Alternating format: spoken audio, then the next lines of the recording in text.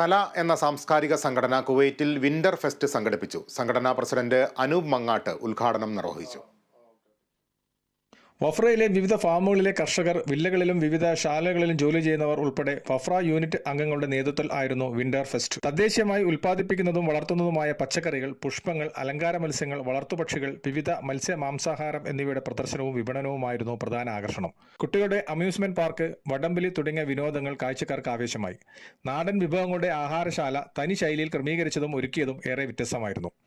വിവിധ സ്റ്റാളുകളുടെ നടുവിലായി വിശാലമായ പുൽമൈതാനിയിൽ കുട്ടികളുടെ വിവിധ മത്സരങ്ങൾ, കുടുംബാംഗങ്ങൾക്ക് ഇരിക്കാനുള്ള സൗകര്യങ്ങൾ, കുട്ടികളുടെ പാർക്ക് എന്നിവയാൽ സമ്പന്നമായിരുന്നു. 5 മണിക്കൂർ നീണ്ടുനിന്ന പ്രദർശനത്തിൽ അപൂർവ ഇനങ്ങളുടെ ലേലം, കുട്ടികളുടെ ഫ്ലാഷ് മോബ് എന്നിവ നടക്കുകയുണ്ടായി.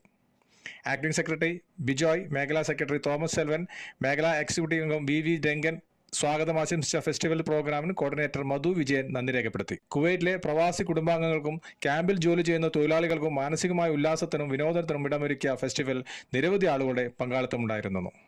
കുവൈറ്റിൽ നിന്നും കേരള വിഷനു വേണ്ടി IV സുനേഷ്, വെങ്ങര.